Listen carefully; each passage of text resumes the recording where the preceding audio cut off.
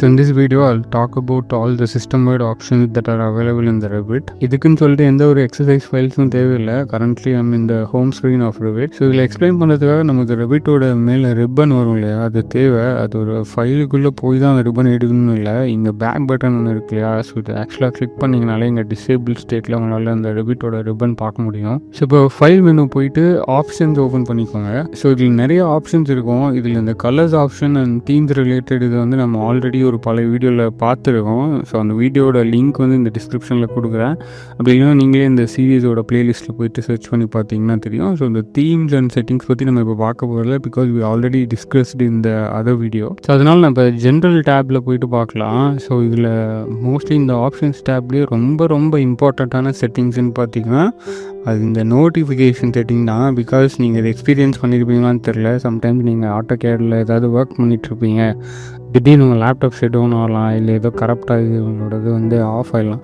திருப்பி அது ஸ்டார்ட் ஆனதுக்கப்புறம் ஓப்பன் பண்ணி பார்த்தீங்கன்னா நீங்கள் ரொம்ப நேரமாக ஒர்க் பண்ண எந்த ஒர்க்குமே அதில் இல்லாமல் போயிடும். ஸோ ரெவிட்டில் அதுக்கான ஒரு சொல்யூஷன் கொடுத்துருக்காங்க. என்னென்னா நோட்டிஃபிகேஷன் க்ரியேட் ஆகும். அதாவது சேவ் ரிமைண்டர் இன்டர்வல் வந்து 30 மினிட்ஸ் 30 நிமிஷத்துக்கு ஒரு தடவை ரெவிட்டே உங்கள்கிட்ட கேட்கும், நீங்கள் சேவ் பண்ணுறீங்களா அப்படின்னு சொல்லிட்டு.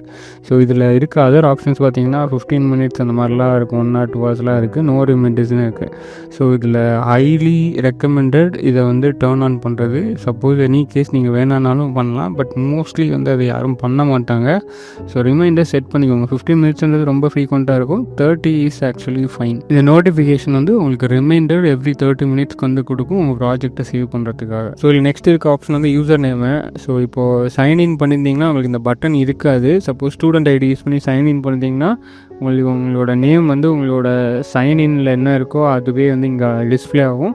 ஸோ எனக்கு வந்து இந்த மாதிரி இருக்குது, உங்களுக்கு மேபி இது வந்து டிஃப்ரெண்ட்டாக இருக்கலாம். ஸோ இதில் இருந்து அப்படியே கீழே வந்தீங்கன்னா வியூ ஆப்ஷன்ஸ்னு ஒன்று இருக்கும். இதில் டிஃபால்ட்டாக பார்த்தீங்கன்னா கோஆர்டினேஷன் அப்படின்னு சொல்லிட்டு ஒரு ஆப்ஷன் இருக்கும். பட் இது வந்து ட்ராப் டவுன். இது நீங்கள் ஓப்பன் பண்ணி பார்த்தீங்கன்னா இதில் நிறைய ஆப்ஷன்ஸ் இருக்கும். டிசிப்ளின்னா நம்ம என்ன ஃபீல்டில் வந்து ப்ராமினெண்ட்டாக ஒர்க் பண்ணுறோம் அப்படின்றது. நான் இப்போ ஆர்கிடெக்ட்டு, ஸோ மோஸ்ட்லி வந்து ஆர்கிடெக்சர் டிசிப்ளின் வச்சுக்கலாம். அது புதுசாக நான் இன்ஸ்டால் பண்ணியிருந்தீங்கன்னா அப்படி கோஆர்டினேஷன்றது டிஃபால்ட்டாக இருக்கும். ஸோ பட் நீங்கள் இன்ஸ்டால் பண்ணதுக்கப்புறம் பேஸ்ட் ஆன் யூர் டிசிப்ளின், நீங்கள் வந்து சிவில் இன்ஜினியர் இருந்தால் ஸ்ட்ரக்சர், ஆர்கிடெக்ட் யூஸ் பண்ண போறீங்கன்னா ஆர்கிடெக்சர் செட் பண்ணிக்கிறது நல்லது. ஸோ அப்போ தான் வந்து நீங்கள் ஒரு வாட்டி புது வியூ கிரியேட் பண்ணும்போது அதை நீங்கள் மாற்றிட்டே இருக்க வேணாம். ஸோ எல்லா செட்டிங்ஸுமே இந்த ஆர்கிடெக்சர் பேசிஸில் வந்து இருக்கும். இப்போ இதில் நம்ம அந்த யூசர் இன்டர்ஃபேஸ் அப்படின்ற இந்த ஆப்ஷன் பார்க்கலாம். ஸோ இதில் மோஸ்ட்லி பார்த்தீங்கன்னா இந்த டாப்பில் இருக்க இந்த ஆப்ஷன்ஸ் தான்.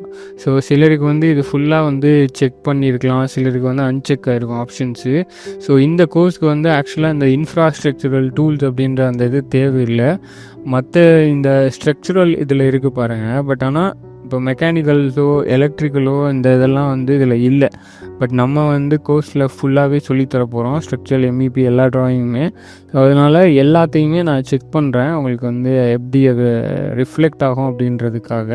ஸோ இது என்ன பண்ணும் அப்படின்னா, இங்கே நீங்கள் ரிப்பனில் டாப்பில் பாருங்களேன், ஆர்கிடெக்சரல் அப்படின்னு சொல்லிட்டு இருக்குது, ஸ்ட்ரக்சர்னு இருக்குது. பிகாஸ் அது ரெண்டு மட்டும் தான் நமக்கு செக் பாக்ஸில் ஆனாக இருந்துச்சு. ஸோ இதில் தேவையில்லாமல் உங்களுக்கு அடிஷ்னலாக நிறையா டேப்ஸ் வர வேணாம், கஸ்டமைஸ் பண்ணிக்கணும் நீங்கள் யூஸ் பண்ணுறதுக்கு பேசிஸில் அப்படின்னு நினச்சிங்கன்னா இங்கே தான் இந்த ஆப்ஷன்ஸை செக் பண்ணி அன்செக் பண்ணணும். ஸோ இங்கே என்ன செக் ஆயிருக்கோ அதுதான் இங்கே வந்து உங்களுக்கு லிஸ்ட்டில் வந்து காட்டும். இது பர்சனல் ப்ரிஃபரன்ஸ் தான். இதில் இந்த கோர்ஸுக்கு நான் வந்து இந்த இது எல்லாத்தையுமே செக் பண்ணியிருக்கேன் எக்ஸப்ட் இன்ஃப்ராஸ்ட்ரக்சர்.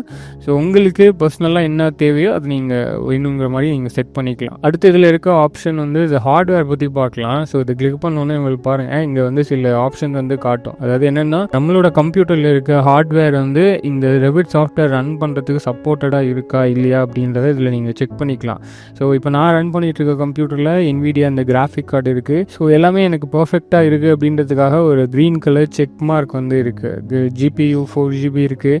இதை விட நீங்கள் ஜாஸ்தியாகவும் வச்சுருந்துருக்கலாம், கம்மியாகவும் வச்சுருக்கலாம். கம்மியாக இருந்துச்சுன்னா மினிமம் ரெக்யர்மெண்ட் வந்து சாட்டிஸ்ஃபை ஆகலை அப்படின்னு சொல்லிட்டு உங்களுக்கு இங்கே இன்டூ மார்க் காட்டும். ஜாஸ்தியாக இருந்துச்சுன்னா உங்களுக்கு லிமிட்டடாக இப்போ 8GB ரேம் கூட வச்சுருக்கலாம், நீங்கள் 16GB கிராஃபிக் கார்டு கூட வச்சுருக்கலாம்.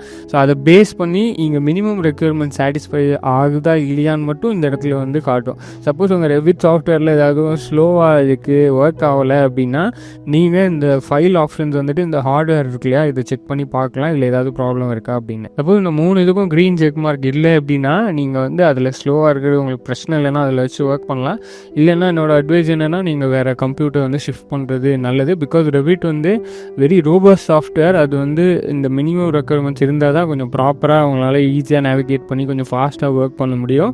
இந்த செக் மார்க்ஸ் இல்லைன்னா ஒரு வேறு கம்ப்யூட்டர் ஏதாவது அஃபோர்ட் பண்ண முடிஞ்சுன்னா நீங்கள் அது பண்ணுங்கள். இதில் அடுத்து பார்க்குறது ஃபைல் லொக்கேஷன்ஸ் டேபு. ஸோ இதில் பார்த்தீங்கன்னா உங்களுக்கு நம்ம இந்த ரெவிட்லேருந்து நம்மளோட லோக்கல் கம்ப்யூட்டரில் ஆக்சஸ் பண்ணக்கூடிய எல்லாத்தோட லொக்கேஷன்ஸு அது செட்டிங்ஸ்லாம் இருக்கும். ஃபர்ஸ்ட் இருக்கிறது வந்து பார்த்தீங்கன்னா ப்ராஜெக்ட் டெம்ப்ளேட். நீங்கள் நியூ ப்ராஜெக்ட் க்ரியேட் பண்ணோன்னே உங்களுக்கு வந்து டெம்ப்ளேட் அப்படின்னு ஒன்று காட்டும். ஸோ அந்த டெம்ப்ளேட்ஸ்லாம் இந்த லொக்கேஷன்ஸ்லேருந்து தான் வந்து இங்கே வருது. அந்த நீங்கள் லிஸ்ட்டில் டாப்பில் எது இருக்கோ அதுதான் வந்து உங்களுக்கு டிஃபால்ட்டாக வந்து உங்களுக்கு வந்து காட்டும். ஃபார் எக்ஸாம்பிள் இம்பீரியல் இல்லை ஆர்கிடெக்சரல் டெம்ப்ளேட் தான் நீங்கள் அடிக்கடி ஒர்க் பண்ணுவீங்க அப்படின்னா இதை செலக்ட் பண்ணிவிட்டு நீங்கள் வந்து இதை அப் ஏரோ வந்து கொடுத்தீங்கன்னா இது வந்துடும். ஸோ டிஃபால்ட்டாக இந்த எது மேலே இருக்கோ அதுதான் வரும். பட் நீங்கள் எந்த ஆப்ஷன் வேணும்னாலும் அந்த நியூ ப்ராஜெக்ட் க்ரியேட் பண்ணும்போது உங்களால் ஈஸியாக க்ரியேட் பண்ணிக்க முடியும்.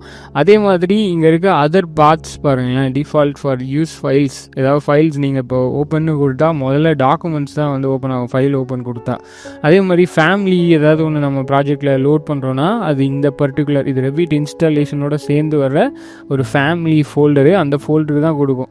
நீங்கள் டிஃப்ரெண்ட்டாக ஏதாவது ஒரு ஃபேமிலி ஃபோல்டர்ஸ் வச்சுருக்கீங்க அப்படின்னாலும் அதை இந்த இடத்துல ப்ரௌஸ் கொடுத்து நீங்கள் அந்த பர்டிகுலர் லொக்கேஷனை வந்து டிஃபால்ட்டாக மாற்றி சேவ் பண்ணி வச்சுக்கலாம். ஸோ இந்த ஸ்க்ரீன் வந்து உங்களுக்கு மைட் பி டிஃப்ரெண்ட்டாக இருக்கும். பிகாஸ் ஒரு ஆஃபீஸ் என்விரான்மெண்ட்டில் பார்த்தீங்கன்னா பிம் மேனேஜர்னு சொல்லிட்டு தனியாக இருப்பாங்க.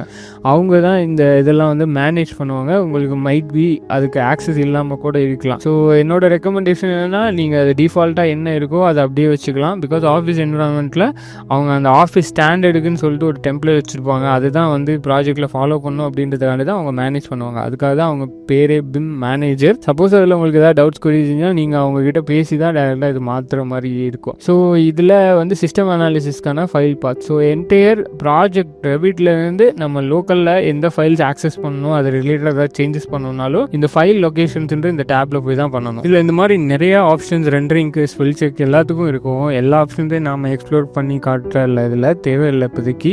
பட் நீங்கள் வந்து இதை லேர்ன் பண்ணிக்கணும்னு நினச்சிங்கன்னா ஒருத்தருக்காக போயிட்டு நீங்கள் என்னென்ன இருக்குன்னு பார்க்கலாம். பட் ரிமெம்பர் இதில் நீங்கள் எந்த ஒரு சேஞ்சஸ் பண்ணாலும் அது குளோபலாக உங்களோட ரெவிட் எக்ஸ்பீரியன்ஸே அஃபெக்ட் பண்ணும் ப்ராஜெக்ட் ஒர்க் பண்ணும்போது. ஸோ அதனால் கான்ஷியஸாக இது என்ன தான் பண்ணும் அப்படின்னு தெரிஞ்சுட்டு பண்ணுங்கள். இல்லைன்னா உங்களுக்கு அந்த சேஞ்சஸை திருப்பி அன்டூ பண்ணுறது கூட தெரியாமல் போகலாம். ஸோ அதனால் மற்ற செட்டிங்ஸ் எல்லாம் டிஃபால்ட்டாக இருக்கிறதே வச்சுக்கலாம். நீங்கள் வேணா போயிட்டு எக்ஸ்ப்ளோர் பண்ணிட்டு திருப்பி என்ன சேஞ்ச் ஆகுதுன்னு பார்த்துட்டு அதுக்கப்புறம் அதை வந்து கேன்சல் கொடுத்துடலாம். ஸோ இந்த கோர்ஸுக்கு இப்போ நான் சொன்ன செட்டிங்ஸ் வந்து ரொம்ப இம்பார்ட்டன்ட். ஸோ அதை மட்டும் நீங்கள் தெரிஞ்சிட்டா போதும்.